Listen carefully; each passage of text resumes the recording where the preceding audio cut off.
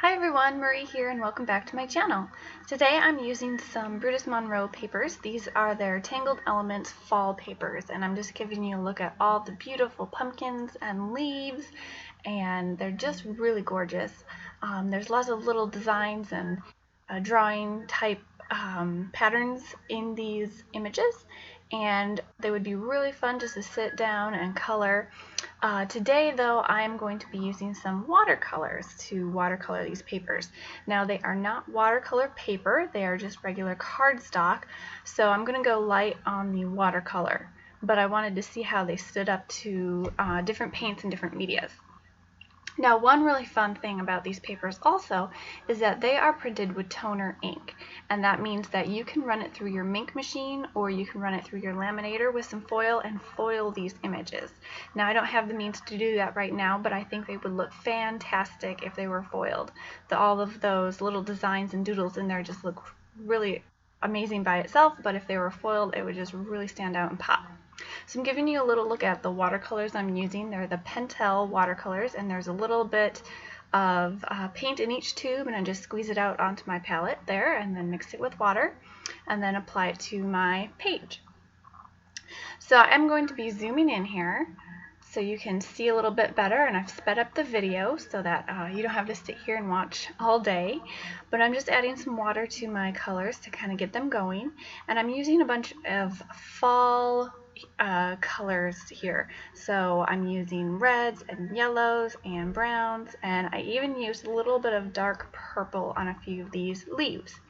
Now I am just kind of experimenting. I am not the greatest at watercoloring. I'm kind of just learning as I go. So I thought this would be a really fun paper to kind of experiment on. So I'm just putting a lot of different colors on these different leaves, yellows and reds and everything like I said.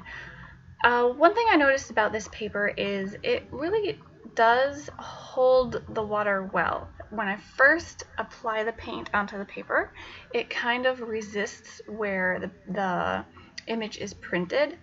So that's kind of nice that you can kind of move the color around before it really soaks in. But it also didn't warp all that much like some regular cardstock would. It really stood up well to this watercolor. Now, like I said, I tried to go light with the watercolor, so I don't know if you would go super heavy, if it would warp or anything. I haven't tried that, but as far as painting on it goes, I felt like it withstood the paint and the water very well for not being watercolor paper.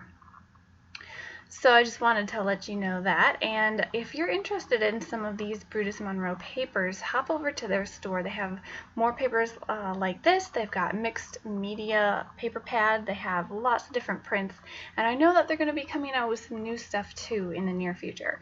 So they have a lot of really fun, crafty goods over there, so go ahead and check them out.